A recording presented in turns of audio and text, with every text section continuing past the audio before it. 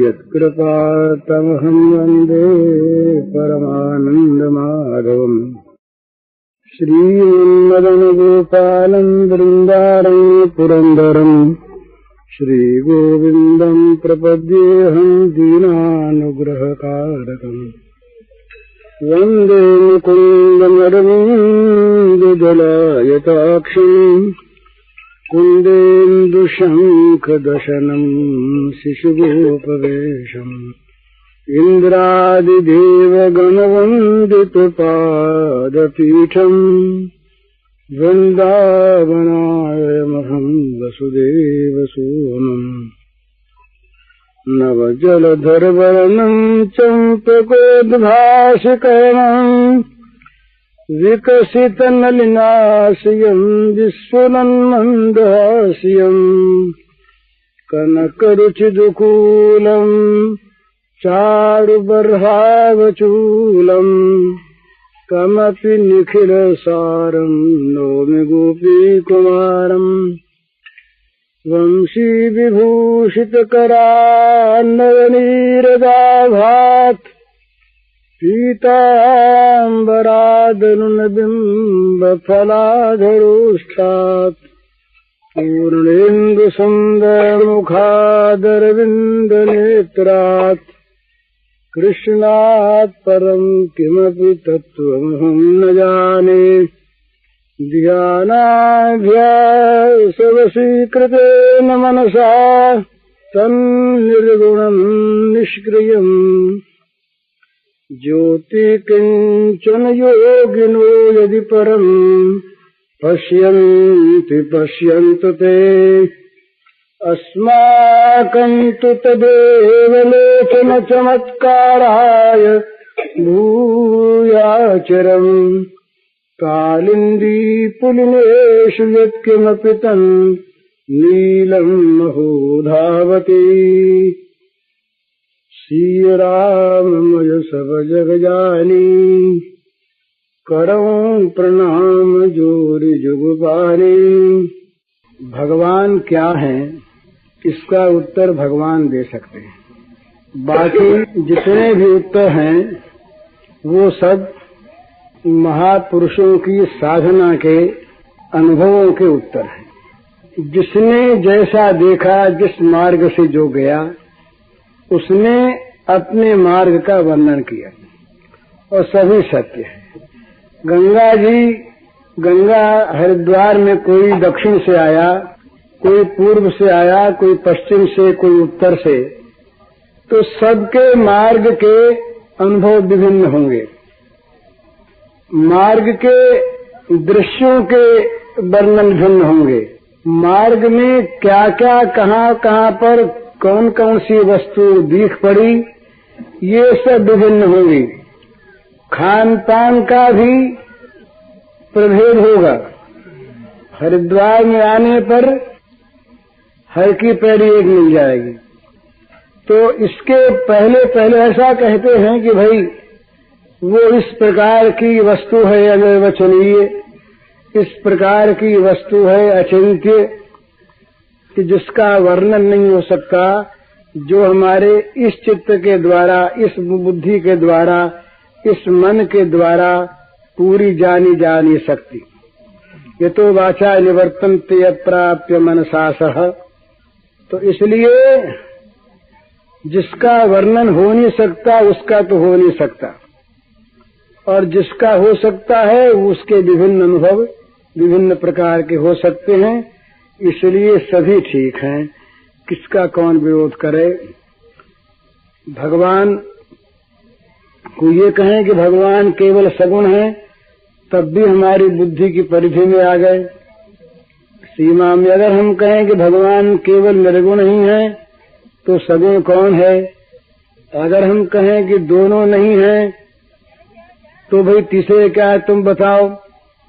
अगर हम कहें कि दोनों से परे हैं, तो ये दोनों कौन है सो बताओ।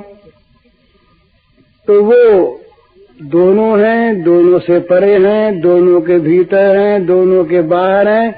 जो हैं सो हैं, हम अपने उनको जानते हैं। सच्ची बात अपनी तो यह है। और यही बात मेरी तो साधकों से बार बार ये विनय है कि साधक सिद्धांत के फेर में न पड़े। भगवान क्या हैं, भगवान कैसे हैं, यथार्थ में भगवान का क्या स्वरूप है, ये भगवान जब जनाएंगे तब जानने में आवेगा। तुम्हें कृपा तुम्हें रघुनंदन, जानहि भक्त भक्त उड़चंदन। भगवान ने कहा ब्रह्मभूत प्रसन्नात्मा न शोचति न कांक्षति, समं सर्वेषु भूतेषु मद भक्तिम लभते पराम, भक्त्या माम अभिजानाति यावान यश्चास्मि तत्वतः, ततो माम तत्वतो ज्ञात्वा विशते तदनंतरम। जान गया तब तो हो गया प्रतिष्ठित, बतावे कौन। और जब तक जानने वाला रहा तब तक जाना नहीं। तो इसलिए उस अनिर्वचनीय का तत्व अनिर्वचनीय जानता है, अपने को तो पता नहीं। अपना तो काम यह है साधक का कि उसके भगवान जैसे हैं, बस दूसरे भगवान दूसरों के कैसे हैं इसकी परवाह न करके उसके भगवान जैसे हैं। अस्माकंत तदेव लोचन चमत्काराय भूयाचरम, कालिंदी पुलिनीश्वित किमिपतन नीलम महो धावती। ये मधुसूदन स्वामी के शब्द हैं भला, जिन्होंने अद्वैत सिद्धि लिखी है। तो गीता के भाष्य के 13वें अध्याय में उनकी टीका में ये मंगलाचरण का श्लोक है। तो वो कहते हैं कि भाई सब ठीक है, जो करें सो करें, जो ज्योति देखें वो ज्योति देखें, जो निर्गुण निराकार का ध्यान करें वो ध्यान करें, सब ठीक। पर हमारे लिए तो बस वो कालिंदी के पवित्र तट पर, कालिंदी कूल पर जो नीला नीला तेज दौड़ता रहता है, फुदकता रहता है, बस बस बस वही।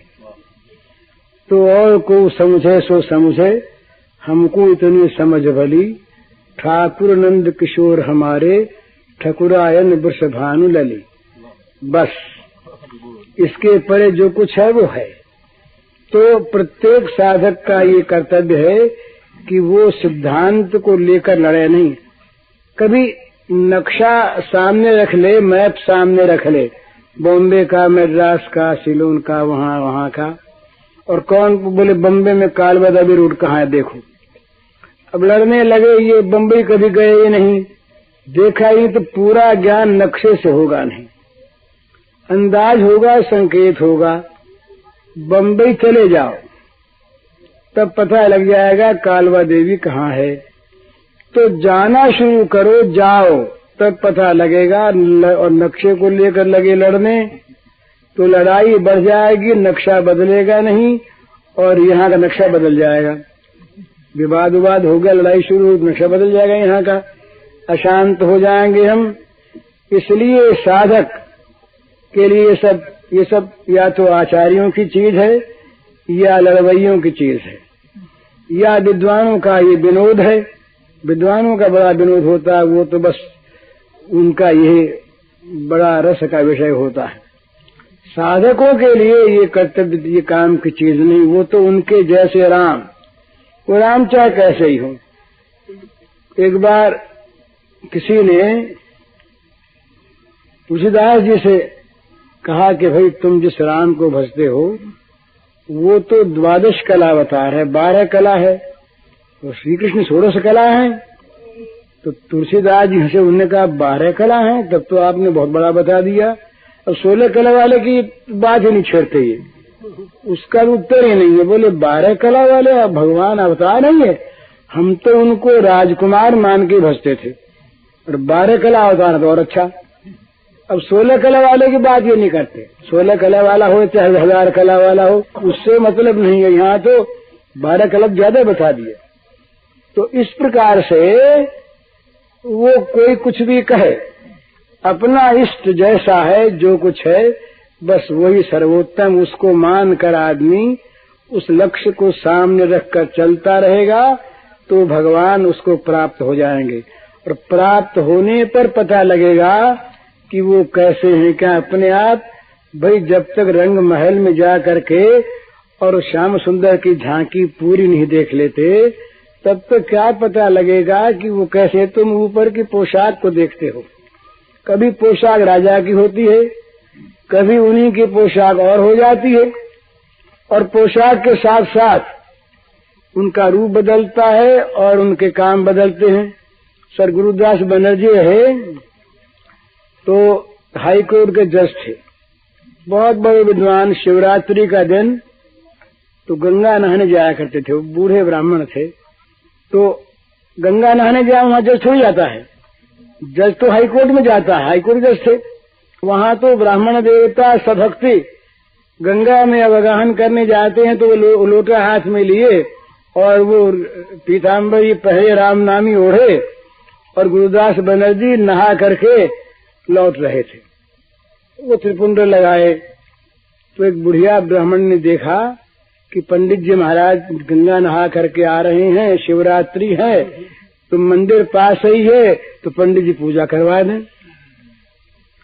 तो ब्राह्मण ने कहा, ओ पंडित जी जरा बात सुनो। बोले क्या मैया? बोले शिवरात्रि जरा पूजा करवा दो चल के। बोले हाँ, अब चलो पूजा करवा दें। चले गए मंदिर में।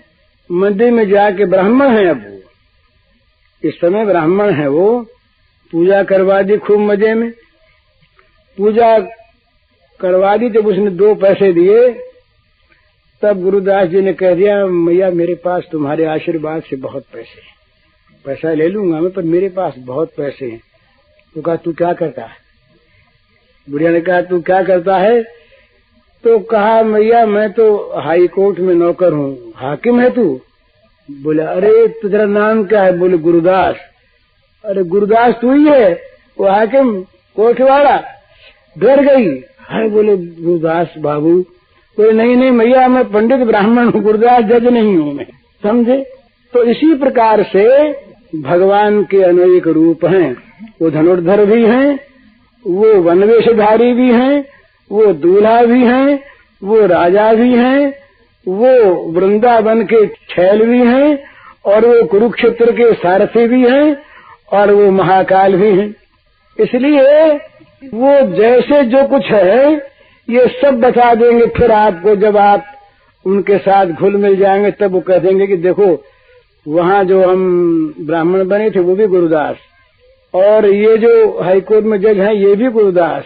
और उस दिन माता के सामने महाराज एक आदर्श सुनाऊं मैं आपको। सर गुरुदास एक दिन हाई कोर्ट में बैठे बहस सुन रहे थे। अंग्रेज सब बैरिस्टर्स थे उस जमाने में, बहस कर रहे सब। कोई मुकदमा था। उस दिन था बंगाल में कोई पर्व, तो पर्व के दिन गंगा नहाने को आसपास के लोग बहुत आते हैं। तो कुछ देव स्त्रियां आई, बहुत भीड़ थी। तो सर गुरुदास वो हाई कोर्ट में जज की कुर्सी पर बैठे हुए बहस सुन रहे थे। वो क्रॉस हो रहा था, तो इतने में उन्होंने देखा कि एक बुढ़िया और वो गीला कपड़ा पहने महिला अंदर घुसी उस रूम के, और सिपाही ने जरा रोका। इनकी आंख चली गई उधर, इन्होंने कोर्ट बंद कर दिया। बहस सुनते सुनते कोर्ट बंद कर दिया। तब सब बड़े चकित हो गए, क्या हो गया? कोर्ट बंद करके, ये कलकत्ते में देखा होगा आपने, बॉम्बे में भी है, ये जो हाई कोर्ट के जजेस होते हैं इनके आने का रास्ता पीछे से होता है, सामने से नहीं आते जाते। पर ये कोर्ट बंद करके सामने उतर गए। सामने उतर करके इन्होंने कोर्ट में उन अंग्रेज बैरिस्टरों के सबके सामने उसी जज के वेश में साष्टांग प्रणाम किया उसको, बुढ़िया को, और उसके चरणों की धूल लेके सिर में लगाई। चकित हो गए लोग, सब इकट्ठे हो गए अंग्रेज सब। ये क्या है सर गुरुदास ने ये कैसे किया, क्या किया? गुरुदास जी के आंखों में आंसू आ गए। बुढ़िया तो गदगद हो गई, बेटा गुरुआ। गुरुदास ने कहा कि ये मेरी धाय माँ है, इसने मुझे पाला था। इस मेरी धाय माँ नहीं, सगी माँ नहीं, मेरी माँ मर गई थी, मेरी इस धाय माता ने मुझे पाला था। इसे इसके मुझे दर्शन हो गए आज, तो मैं इसके चरणों में गिर पड़ा। सब लोग चकित हो गए गुरुदास की इस निष्ठा को देखकर। गुरुदास की कई निष्ठाएं ऐसी। एक बार के बाद सर गुरुदास किसी कमीशन में कलकत्ते से दिल्ली आ रहे थे स्पेशल ट्रेन में।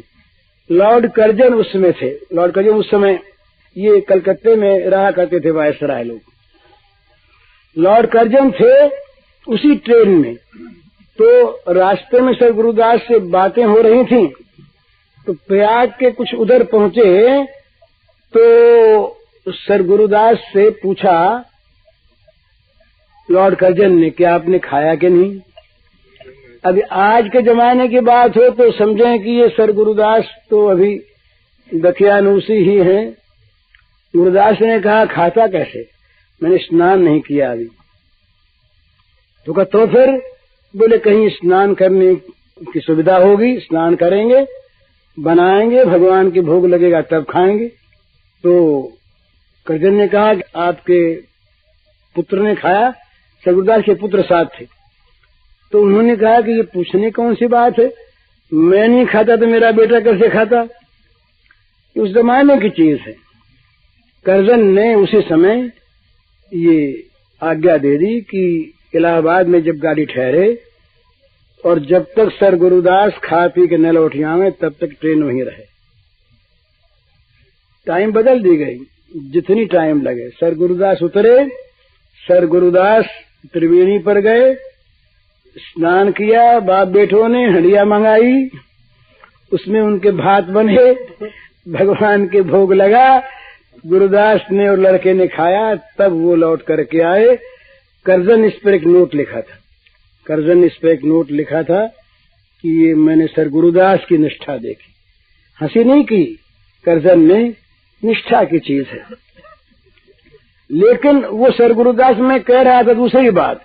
जैसे सर गुरुदास हाई कोर्ट में जज हैं, उस धाय को प्रणाम करने के समय उसके बेटे हैं, उस ब्राह्मणी को शिवरात्रि पूजा कराने के समय पंडित जी हैं, इसी प्रकार भगवान सारे रूपों में, भिन्न भिन्न रूपों में प्रकट होते हैं। किसी एक रूप को पकड़कर उसकी निष्ठा में अगर साधक बढ़ता रहे, ये चेष्टा चिंता न करे कि भगवान कैसे जान ले, पहले से बिना पहुंचे जानेंगे नहीं और जानने के बाद सवाल रहेगा नहीं। दोनों बात, जानने के बाद सवाल रहेगा नहीं और बिना पहुंचे जानेंगे नहीं। तो चलना शुरू कर दे, साध्य की चिंता न करे, साध्य जो जिसके मन में जैसा साध्य है। भगवान अगर खेलने वाले भगवान है तो खेलने वाले, भगवान राजा है तो राजा, भगवान निर्गुण है तो निर्गुण, सगुण है तो सगुण, जिसके जैसे भगवान, उसको सर्वोपरि तत्व मानकर चलना शुरू कर दे। जो जो निकट पहुंचेगा त्यों त्यों प्रकाश मिलेगा, जो जो प्रकाश मिलेगा अंधकार का नाश होगा, उज्ज्वल ज्योति प्रकट होगी, भगवान का अवयव दिखने लगेगा स्पष्ट। पास पहुंचा, भगवान ठीक दिखेंगे और फिर भगवान जना देंगे हम ऐसे हैं। तो जाना कि प्रवेश हो गया, विशते तदनंतरम। तो इसलिए जानने की चिंता पहले न करके चलने की चिंता करें। साधक चलना शुरू कर दे तो इसके बाद फिर वो अपने आप पहुंच जाएगा। तो हम लोग बहुत लड़ने लगते हैं, निर्गुणवादी, सगुणवादी, साकारवादी, निराकारवादी, और अपने भगवान को अपने जैसा मानने से हर्ज नहीं है। पर इतना ही ये है, तुम मानते हो ठीक नहीं तो हमारे भगवान तो अल्प हो गए ना। फिर हमारे भगवान हमें मानने वाले हुए तो मानता नहीं। तो जिस भगवान को वो मानता वो भी हमारे भगवान का रूप है, जिसको और मानते हुए है वो भी हमारे भगवान का रूप। हमारे भगवान अनंत रूपों में, विभिन्न रूपों में, अनंत नामों में सर्वत्र प्रकट हैं, है एक ही। अगर भगवान 10-20 हो जाए तो भगवान कोई न रहे। ये मान लें कि राम भी भगवान, कृष्ण भी भगवान, और शिव भी भगवान, देवी भी भगवान, अल्लाह भी भगवान, ये सब भगवान और अलग अलग भगवान। तो सारे के सारे अल्प हो गए ना। तो अल्प में सुखी नहीं है, फिर सच्चिदानंद घन कहां से रहे? नाल पे सुख मस्ते। भगवान अल्प नहीं होते तो सब अल्प हो गए तो कोई भगवान ही रहा। और अगर ये माने कि ये भगवान नहीं है, हमारे वाले ही भगवान हैं, तब तुम्हारे वाले अल्प हो गए, तुम्हारे वाले को और कोई मानता नहीं। इसलिए क्या माने? सीधी सी बात है, राम का उपासक माने कि बस राम ही भगवान है, एकमात्र राम ही भगवान है। राम ही को कोई पूछते हैं कृष्ण नाम से और कृष्ण रूप से, कोई ब्रह्मा, कोई विष्णु, कोई शिव, कोई दुर्गा, कोई गणेश, कोई सूर्य, कोई अल्लाह, कोई ऑलमाइटी गॉड, कोई कुछ विभिन्न नामों से, विभिन्न रूपों से, कोई सगुण, कोई निर्गुण, हमारे राम को पूछते हैं। बस काम बन गया, किसी से झगड़ा नहीं, अपनी राह पर चले जाओ, भगवान मिल जाएंगे। अपना जो है वो बस अपना है, उसके लिए मन में न संदेह करो कि छोटा है, किसी बड़े को और पाना है। जो आदमी ये करता है कि हम जिसको भजते हैं वो तो अभी प्राइमरी क्लास की चीज है, ऊंची वाली दूसरी है, तो ऊंची वाले के फिर इसको छोड़ देगा, वो तो रह जाएगा अधूरा। जिसको मानने बस यही वही है, पलटने की आवश्यकता नहीं, ये वही है और बस उसी को पकड़े चले जाएं, पार पहुंच जाएंगे। पार पहुंचने पर पता लग जाए यावान यस्यास्मि तत्वतः भक्त्या माम अभिजानाति, यावान यस्यास्मि तत्वतः, उस भक्ति के द्वारा, ज्ञानोत्तर भक्ति, पराभक्ति, ब्रह्मभूत प्रसन्नात्मा न शोचति न कांक्षति, सम सर्वेषु भूतेषु मद भक्तिम लभते पराम। और इस भक्त्या माम अभिजानाति, यावान यश्चास्मि तत्वतः ततो माम तत्वतो ज्ञात्वा विशते तदनंतरम। सीधे शब्द हैं, उस भक्ति के द्वारा जैसा जो कुछ मैं हूँ इसको तत्व से यथार्थ जानता। और जानता कौन है? महाराज जो अंतरंग प्रेमी होता है वो। देखिए, जानने का ज्ञान भक्ति का विरोध नहीं, सुंदर इनका सामंजस्य है। सीधी सी बात है, ज्ञान भक्ति का पूरक और भक्ति ज्ञान की पूरक, और दोनों का परिणाम एक।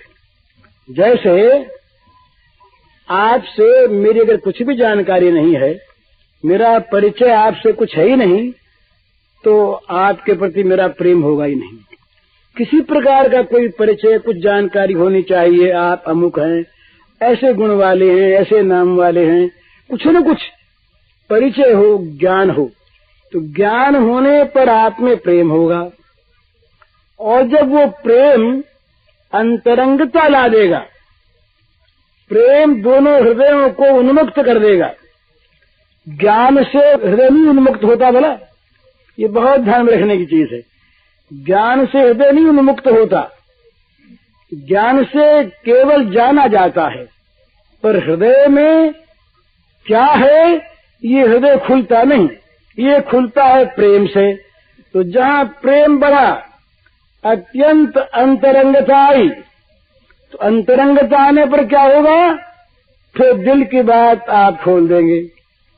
बोले भाई ये जानता है कि हम राजा हैं, हम सम्राट हैं, हम सब कुछ हैं, पर ये हमको नहीं जानता, हमारे सम्राटत्व को जानता है।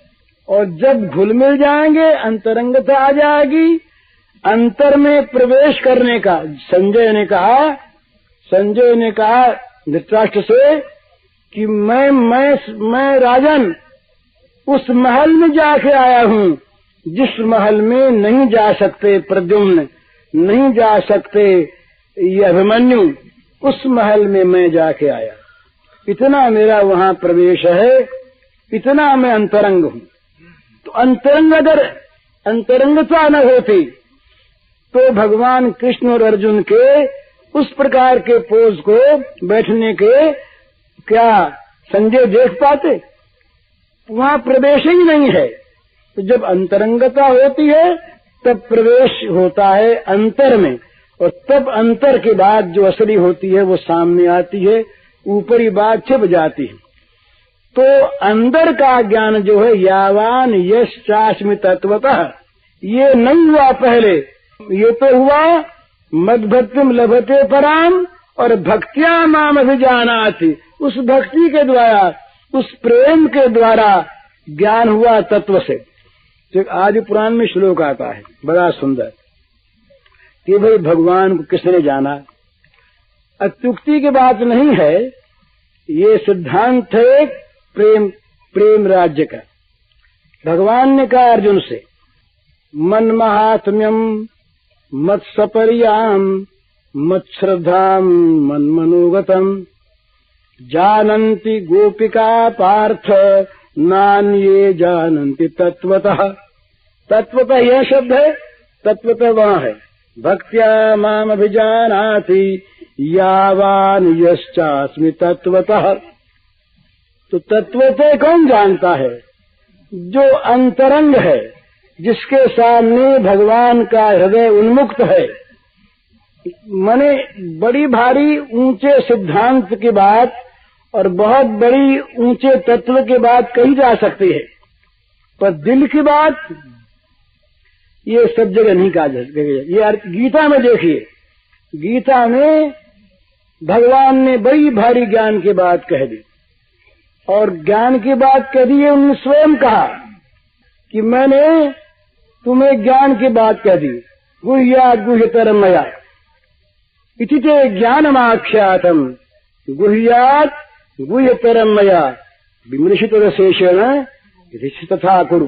अर्जुन, मैंने जो गुह्य से भी गुह्यतर ज्ञान था वो तुमसे कह दिया, अब तुम अपनी इच्छा हो सो करो। अब इसमें ज्ञान कह दिया, पर इच्छा हो सो करो। इस कहने का सिद्धांत, इस कहने का क्या अर्थ होता है? अंतरंगता नहीं। भाई हमने तुमको जो कुछ बताना था बता दिए, तो कैसे करो, दूरी है।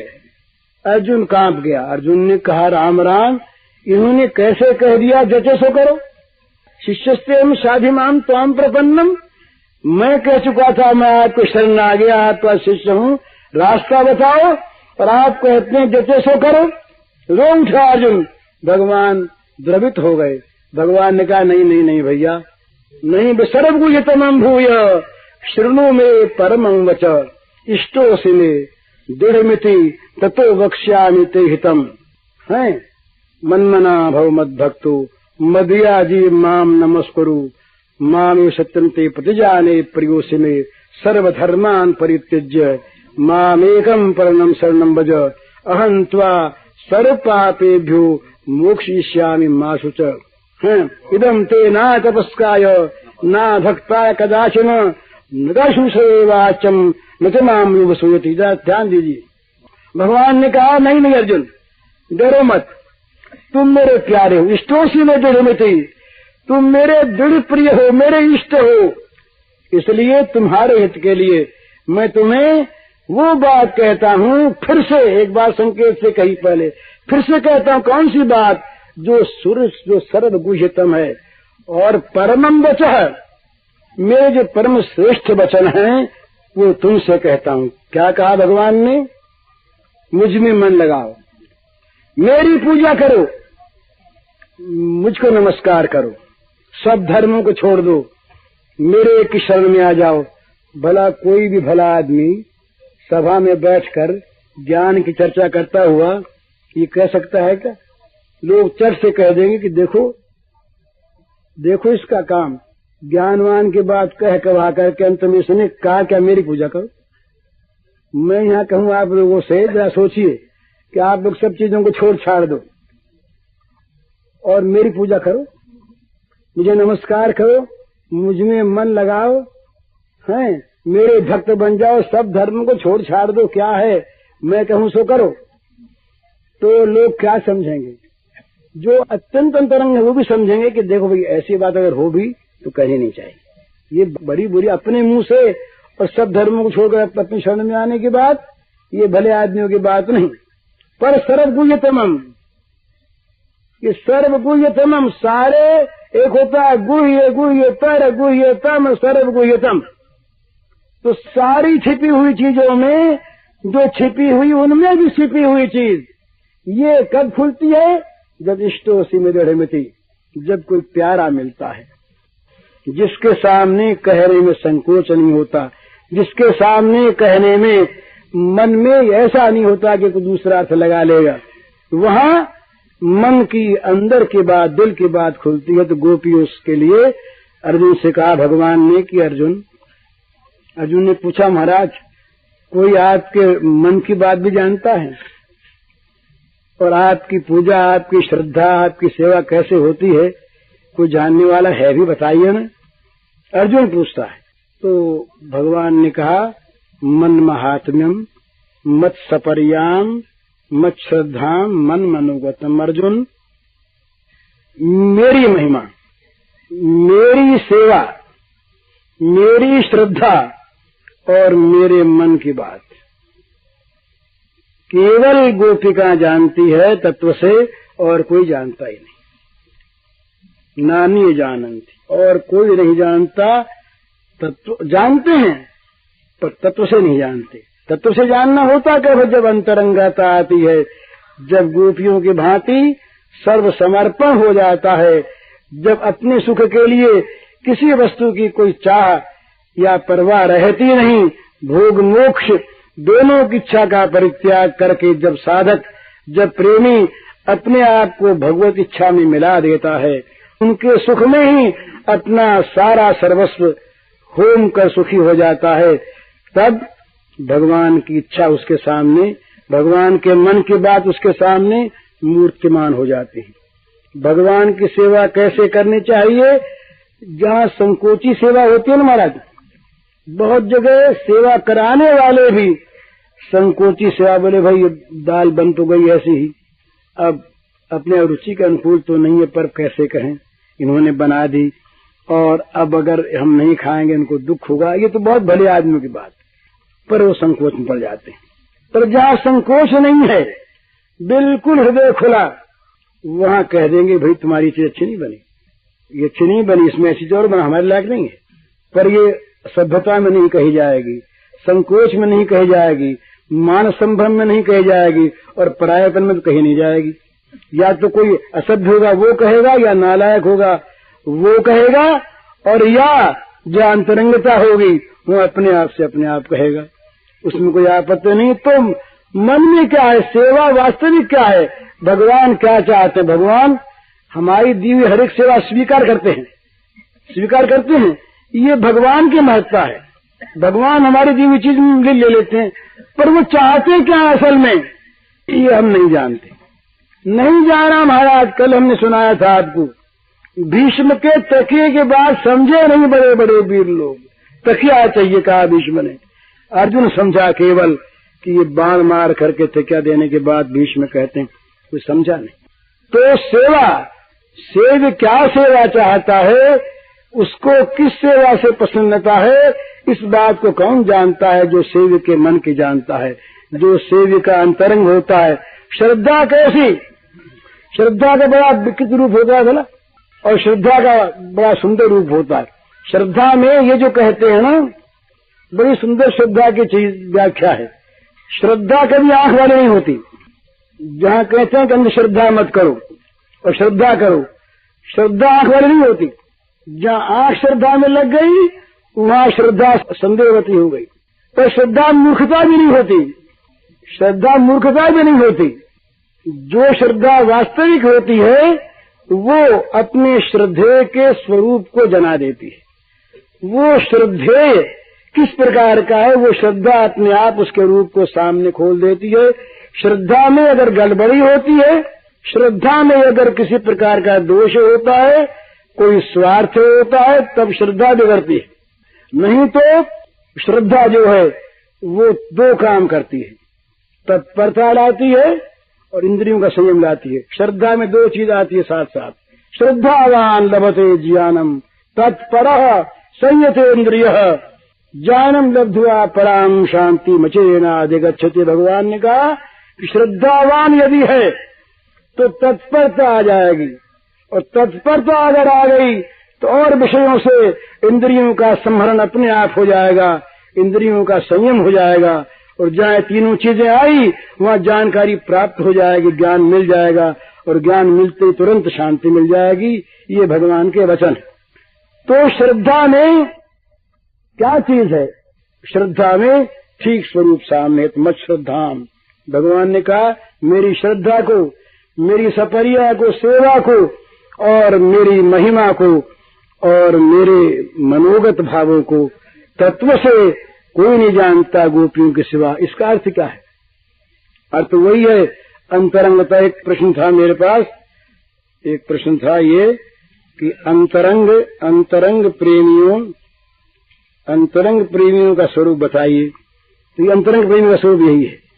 ये अंतरंग प्रेमी का स्वरूप है कि जो अंतरंग है भगवान का, वो भगवान के अंतर की जानता है। और उसकी इतनी महामहिमा है महाराज, उसकी महिमा इतनी है कि भागवतकार ऐसे प्रेमी के लवमात्र के संग को मोक्ष से बढ़कर मानते हैं। तुलयाम लवेनापि न स्वर्गम न पुनर्भवम भगवत संगस्य मर्त्यानां किमुताशिष। कहते हैं भागवतकार कि एक लव मात्र के समय के लिए भगवत प्रेमी का संग मिल जाए, उसके साथ जगत के भोगों की तो बात ही क्या, स्वर्ग की और अपुनर्भव मोक्ष की भी तुलना नहीं होती। ये शब्दार्थ है। क्यों कि अपुनर्भव मोक्ष में वो रस नहीं है जो भगवत प्रेमी के साथ भगवत रसालाप में रस है। भगवत प्रेमी ये किस प्रकार से भगवान के रस का अनुभव करता है, और उस रस का जब कहीं किसी को उसकी वाणी के द्वारा वो आस्वादन मिलता है, तब उसके सामने मोक्ष लघु हो जाता है। वो कहते हैं कि मोक्ष लघुताकृत एक प्रेम होता है, जहाँ पर मोक्ष में लघुता आ जाती है, मोक्ष छोटा बन जाता है। सबसे बड़ी चीज मोक्ष है। मोक्ष का तिरस्कार करना मूर्खों का काम है, तिरस्कार नहीं किया जा सकता, वो बड़ी से बड़ी चीज है। परंतु इस मोक्ष को भी जहाँ लघुता आ जाती है जिस प्रेम में, वो प्रेम या तो विलक्षण प्रेम है और नहीं तो महान अज्ञान है। या तो अज्ञान में मोक्ष में लघुता होती है जहाँ विषयों का अत्यंत महत्व होता है, और या उस परम प्रेम रसास्वादन में मोक्ष की लघुता हो जाती है जहाँ मोक्ष की परवाह नहीं रहती, बिल्कुल परवाह नहीं रहती। वो मोक्ष भोग दोनों को वो लोग प्रेमी लोग कहते हैं दोनों एक के समान है। न मोक्षस्य आकांक्षा न च विभववांछा पचनमे न विज्ञानापेक्षा ससिमुख सुखेच्छा न पुनः। देखिए ना क्या मेल मिलाया शंकराचार्य ने। वो कहते हैं कि न मुझे मोक्ष की इच्छा है न वैभव की। मोक्ष वैभव एक ही श्रेणी में दोनों के लिए। न विज्ञानापेक्षा ससिमुख सुखेच्छा न पुनः। न विज्ञान की अपेक्षा है और न रमणी सुख की आकांक्षा है। दोनों को समान रूप में ला दिया। क्यों कि उनके लिए दोनों समान। रसास्वादन जहाँ प्रेम का है, उस प्रेम के सामने कुछ चीज नहीं। तो ऐसे तो इसलिए एक लवमात्र का भगवत प्रेमी का संग एक तरफ और पुनर्भव मोक्ष एक तरफ, तो कहते हैं दोनों की तुलना नहीं होती। उस मोक्ष के लिए वो लवमात्र के भगवत प्रेमी के संग को छोड़ना नहीं चाहता, नहीं छोड़ेगा। तो ये अंतरंग प्रेमियों का। तो अंतरंग प्रेमी ये कहीं बाजारू चीज नहीं है। भला हम कहें हमारे में प्रेम है और कहीं हमारी आंखों में आंसू भी आ जाए, यद्यपि ये प्रेम के लक्षण माने गए। वाग गदगदा द्रवते सचित्तम हसत भीक्षम रुदते क्वचिच्च विलज्जोद्गायत नृत्यते च मद्भक्त युक्तो भुवनम पुनाति। भागवत में कहा है भगवान के वाक्य। वाग गदगदा, जिसकी वाणी गदगद हो गई, जिसका चित्त द्रवित हो गया, जो कभी हंसता है, कभी रोता है, कभी चिल्ला उठता है और कभी पागल होकर नाच उठता है, वो मेरा भक्त केवल अपने को ही नहीं त्रिभुवन को पवित्र करता है। नाटक न हो और बीमारी की कमजोरी भी न हो। बीमारी में भी आदमी रोकता है, बुजदिल भी रोकता है। वो प्रेम नहीं, जहाँ प्रेम का वास्तविक आवेश हो जाए, उस प्रेम में दशा हो जाए, तो बड़ी सुंदर बात। वो फिर भगवान को सारे जगत में नचा देता है, त्रिभुवन को पावन कर देता। चैतन्य महाप्रभु ने ऐसा किया। उनकी बात सुनाने को कहा था, दूसरी बात चल पड़ी। तो पालन कर दिया चैतन्य महाप्रभु ने उस गली से जो रोज निकले। ये महाराज चैतन्य के गृहस्थ काल की बात है।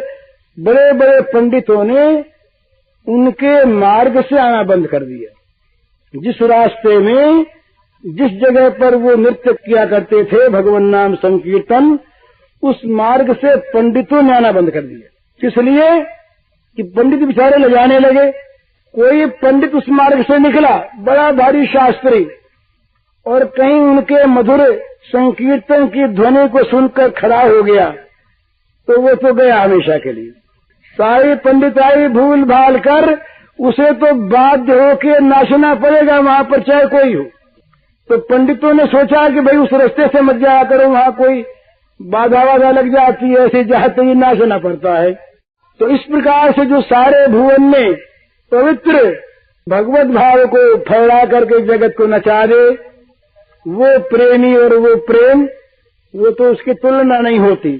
लेकिन भगवत प्रेम में जहाँ प्रेम वास्तविक होता है, वहाँ आंसू और बेआंसू का भी कोई मूल्य नहीं होता। आंसू में बड़ा प्रेम होता है, और जहाँ आंसू सूख जाते हैं वहाँ भी बड़ा प्रेम होता है। इतना हृदय भगवान के वियोग में जल कर खाक हो गया कि रस बाहर रहा ये नहीं, तो सारा रस भगवान के रस के साथ मिल करके और सूख गया। रसीलापन यहाँ नहीं रहा, यहाँ का सारा रस वहां जा पहुंचा। रस रहा ही नहीं, सारा रस वहां जा पहुंचा। ये भी एक स्टेज होती है, ये भी एक स्तर होता है प्रेम में, जहाँ आंसू सूख जाते हैं।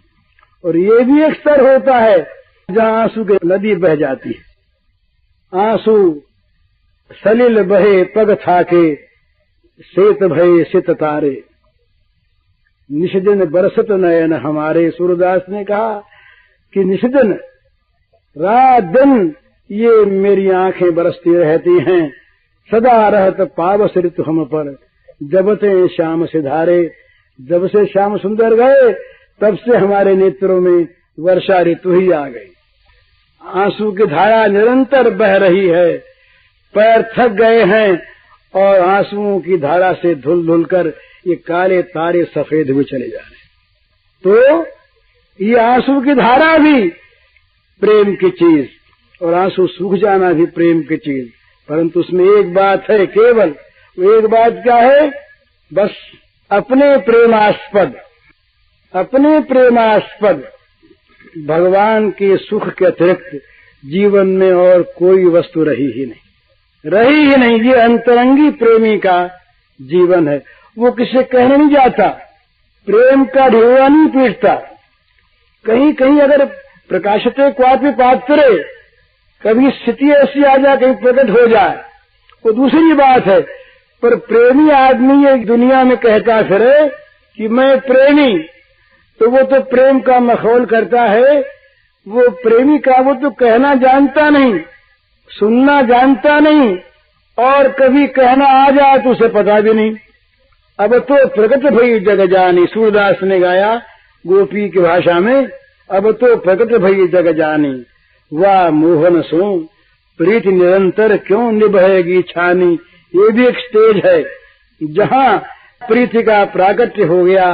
वो रोम रोम से निकल पड़ी प्रीति का प्रवाह, उसको रोकते रोकते प्रत्येक रोम से वो निकल करके और छा गया तमाम जगह। अब वहाँ वो प्रीति कैसे छिपाई जाए, कैसे रुके। वो प्रकट हो गई, प्रकट की नहीं।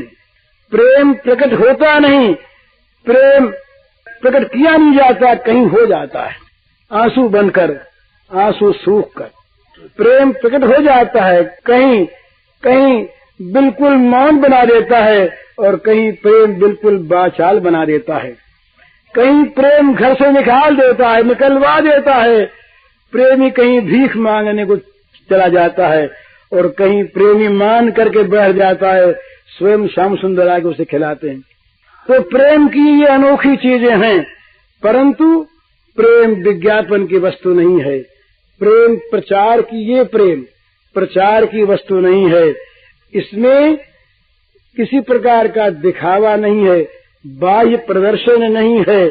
लोगों से वाह लूटने की बात तो इसकी कल्पना में भी नहीं है। कोई उसे पागल कहे तो हर्ज नहीं और विद्वान कहे तो हर्ज नहीं, वो अपनी मस्ती में मस्त रहता है। वो मन की चीज सीता से राम ने कहलवाया, बड़ी सुंदर ये आप लोगों की सबकी सुनी जानी हुई चौपाई है।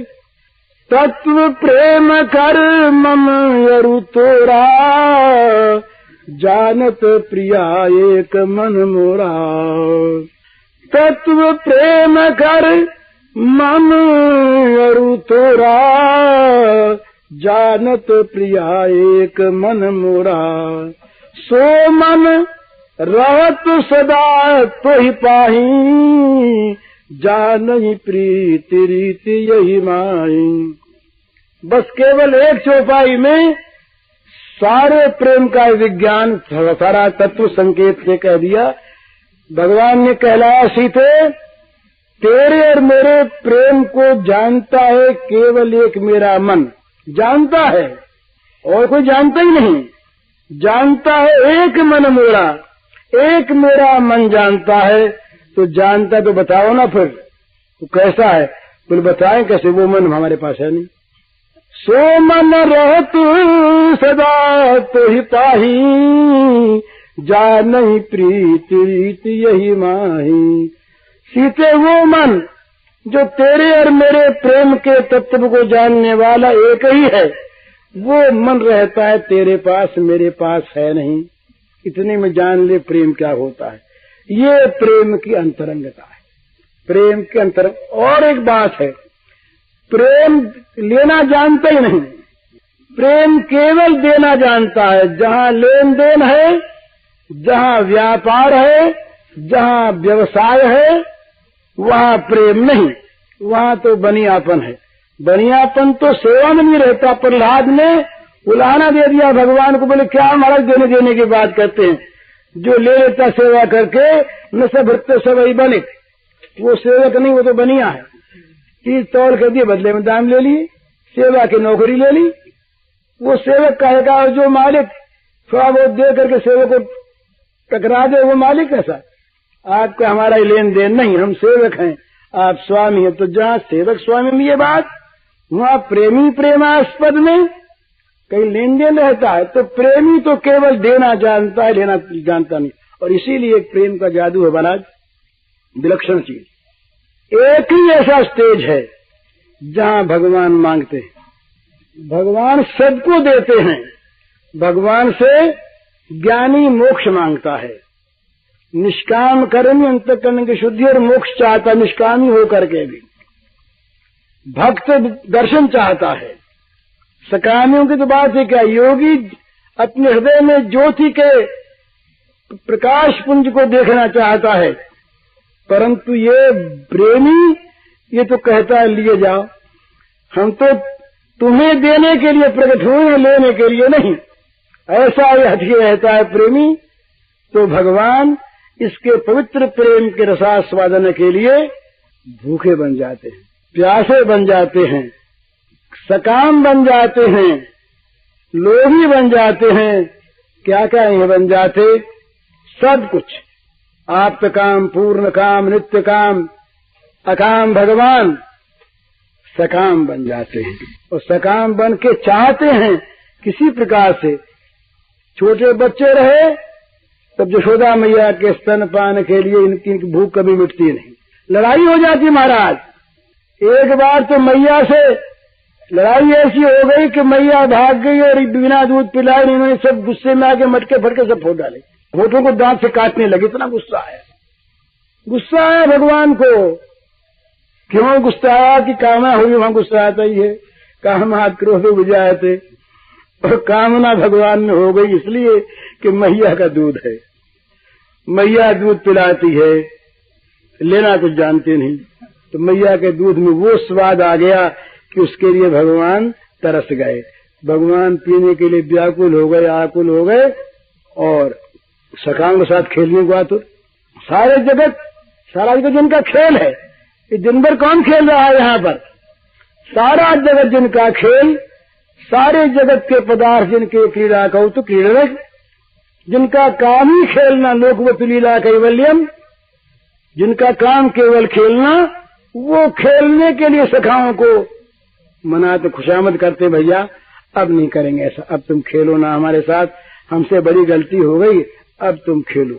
और गोप सुंदरियों के साथ भगवान का वो लीला नाट्य क्या चीज है। ये केवल यही है कि प्रेम का जो देना है, ये भगवान को बड़ा मीठा लगता है। प्रेमी का रस जहाँ जहाँ जरा भी प्रेम दिखा, वहाँ कहाँ सबरी के कुटिया में जा पहुँचे, चाहे जूठे न खाए हों, जूठे खाए तो हज नहीं है वहाँ पर। हाँ सच्ची बात, नहीं प्रमाण मिलता, जूठे खाने की बात नहीं है, प्रमाण नहीं। परंतु भक्तमाल वाले कहते हैं, तो वो अगर कहें, अगर कोई आदमी भगवान के को सुंदर से सुंदर स्वादिष्ट चीज देने के लिए चख ले, रस लेने के लिए नहीं, तो जूठा नहीं होता। और बिना खाए हम जूठा कर देते हैं, चख लेते हैं पहले से, भोग को चख लेते हैं मन से पहले, कैसी चीज बनी, बर्फी कैसी बढ़िया बनी, मनी मन खाने लगते हैं, फिर भोग जल्दी लगाओ ना, भगवान भूखे तुम भूखे कौन जानता, बर्फी खाने के अपने को लगे तो जल्दी लगाओ, ये हमारा रसोईया आज कैसा आ गया, इतनी देर हो गई, भोग नहीं लगता, इतनी देर हो गई, कैसी बर्फी बनी, अच्छी बनी है। और जीभ तो अपनी लपलपाती है, और भगवान का नाम तो जूठन पड़ जाती है। भगवान फिर खा तो लेते हैं बेचारे, जूठे खाना कोई बात नहीं, पर हम उसको जुठिया देते हैं पहले भगवान के भोग को, और कहीं खाने पर जूठा नहीं होता। ये भाव की चीज है। तो भगवान इस प्रेमी के सामने हाथ पसार लेते, लाओ भाई स्नान प्रयतात्मन, स्नान हम खाते हैं, भूख लग जाती है, वहाँ फिर भगवान खाते हैं। पत्रम पुष्पम फलम तोयम यो में भक्त्या पृच्छति, यहाँ किसी विधि विधान का नाम नहीं लिया भगवान ने, बस केवल भक्त्या, यूं दे, यूं चढ़ावे, यूं पाटा रखे, चौकी रखे, नैवेद्यम समर्पयामि बोले, और वो कहीं इसका विरोध नहीं करता। मैं पुरुष सूक्त का मंत्र बोले, ये सब होना चाहिए, सब ठीक है, शास्त्रीय सब बातों को मानना चाहिए, परंतु यहाँ भगवान तो केवल भक्त्या। अब ये भी नहीं करते कौन देता है वो, तुम्हारा दूध और पानी का तो नकार है, जल का दूध का नकार, वो सभी चीज आ गई ना। तो आ गया ना, तो क्या चीज है, पानी है, जल का नाम तो है, दूध है सही, अरे दूध तो खा ही नहीं, तो अच्छी चीज है, दूध के लिए क्या बात है, दूध तो बढ़िया चीज है। जल भी दे दे, दूध न सही, एक पत्ता ही दे दे, एक कोई कैसा ही फल, कड़वा फल दे दे, कड़वा फल। हमारे रघु बाबा खिलाया करते थे करेला, तो फिर मन में उनके आया तो 3-3 पाव करेला खिलाया करते थे अपने रघु को, कड़वा करेला, बस उनके भगवान करेला ही खाए, करेला खाए। तो ऐसी चीज है कि वहाँ पर भगवान के लिए केवल एक ही विधि है, प्रेम से सनी हुई चीज कोई भी हो, वो भगवान को बड़ी मीठी मालूम होती है, और उसके लिए भगवान तरस जाते हैं, भूख लग जाती है भगवान को। और यदि प्रेम नहीं है, दुर्योधन बेचारे से कह दिया कि प्रेम आप में नहीं, भूख हम नहीं मरते, इसे नहीं खाते आपके हैं, ठुकरा दिया खाने को 56 भोग। दुर्योधन के मेवा त्यागे, साग बिदुर घर खाए, प्रसिद्ध है ना। तो क्या चीज है, वहाँ प्रेम था, और यहाँ केवल सभ्यता थी। भाई बड़े आदमी, घर बड़े आदमी आए, हम खिलाते हैं अपने पोजीशन के लिए। इधर देखिए, हमारे घर में अतिथि आवे, उसको सुखी करने के लिए हम खिलाएं, चाहे वो हमारी रूखी सूखी रोटी हो जो हम खास उसको खिला दें। और हमारी पोजीशन, वो हमारे घर आवे, फिर ये चीज खाएंगे ना, क्यों नहीं खाएंगे, वो चाहे खाते हो न खाते हो, हमारी पोजीशन हम खिलाएंगे। तो ये बढ़िया चीज भी जो पोजीशन से भरी होती है, अभिमान से, वो खाने वाले के कभी कभी चुभ जाती, कांटा बन जाती। और रूखी रोटी भी अगर वो प्रेम से और विनय से भरी होती है, उसमें एक अमृत होता है, खाने वाले के चित्त में वो जा करके माधुरी और अमृत पैदा करती है। ये बिल्कुल देख लेने की बात। अभिमान टुकड़ा फेंक दे, उसके साथ चाहे सोने का पैसा फेंक दे, और आदर पूर्वक, प्रेम पूर्वक सूखी रोटी खिला दे, उसमें बड़ा एक सुंदर भाव रहता है। तो पत्रम पुष्पम फलम तोयम में यही बात है। तो भगवान ये प्रेम के जहाँ पर पदार्थ मिलते हैं, वह महाराज जी इनको भूख लगी थी, हाथ फैला लेते उस सुख को। उसमें क्या अर्थ है, बड़ा सुंदर है। वो चाहते ये सुखी हो जाए, और वो चाहता है कि इनके सुख के लिए तो हमें खाना खिलाना है, न हमें खाना न खिलाना है। वो खिलाते हैं उनके सुख के लिए और वो खाते उनके सुख के लिए। बताइए ना कितना आनंद है। एक दूसरे को सुखी करने के लिए खाएं, सुखी करने के लिए जिए, सुखी करने के लिए सोएं, सुखी करने के लिए हंसें, सुखी करने के लिए और काम करें। केवल एक ही मतलब, हम उनको सुखी करें, हमको सुखी करें। देखिए ना कितना आनंद है उसमें। त्याग तो पद पद पर, अपनी आकांक्षा का, अपनी इच्छा का, अपनी वासना का त्याग न हो तो सुखे सुखित्तम होता नहीं, तो सुखे सुखित्तम होता नहीं। वो जब वो तो वही होता है जब उसका सुख अपना सुख बन जाता है, उसकी इच्छा अपनी इच्छा बन जाती है, उसका भाव अपना भाव बन जाता है। तो जो ऐसा है वो अंतरंग प्रेमी है। और इसमें फिर एक प्रश्न में एक बात और लिखी है, अंतरंग प्रेमी को अंतरंग बनने का क्या उपाय है? उपाय तो सीधा ही है, हम किसी के भी अंतरंग अगर बनना चाहते हैं तो उसके लिए त्याग करें। सीधी बात, किसी का भी अगर अंतरंग बनना हो हमें तो उसके लिए हम त्याग करें, उसकी इच्छा का अनुसरण करें, उसके भावों का अनुसरण करें, बस हम अंतरंग बन जाएंगे। अंतरंग बनने के लिए किसी खास शिक्षा की आवश्यकता नहीं, खास श्लोकों की दोहों की आवश्यकता नहीं, केवल भाव की आवश्यकता है। हम अगर किसी के अंतरंग बनना चाहते हैं उसके अंतर में प्रवेश करें, अंतर में प्रवेश करके उसकी इच्छा को जानें और उसकी इच्छा के अनुसार अपने जीवन को बना लें, अंतरंग बन जाएंगे। स्वाभाविक कहना नहीं पड़ेगा, किसी के पास रह करके अंतरंग नहीं बन सकते, और दूर रह करके भी अगर हम उसका अनुसरण करते अंतरंग बन जाते हैं। पास रहें और निरंतर विरोध करते रहें, पास रहें तो उसकी इच्छा के विरुद्ध ही काम करें। बोले हम तो पास रहते हैं, हम तो हमारा तो उद्धार हो ही गया। अरे उद्धार तो हो गया ठीक है, पर करते क्या हो?